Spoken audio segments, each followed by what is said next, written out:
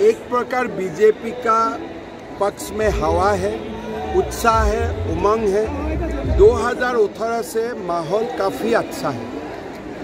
क्या लगता है त्रिपुरा में क्या होने वाला है? त्रिपुरा में सिंगल मतलब हम और हमारा सहयोगी मिलके बहुत बढ़िया से सरकार बना लेगा।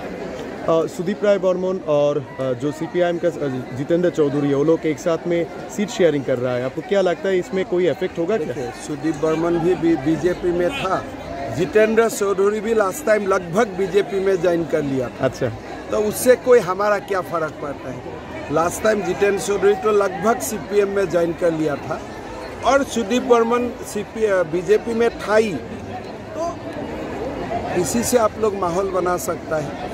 यहाँ पे जनजाति वोट बैंक एक बड़ा फैक्टर है। यहाँ पे ग्रेटर इक्विवेलेंट इशू के ऊपर देखिए, जनजाति समाज का उत्थान होना चाहिए।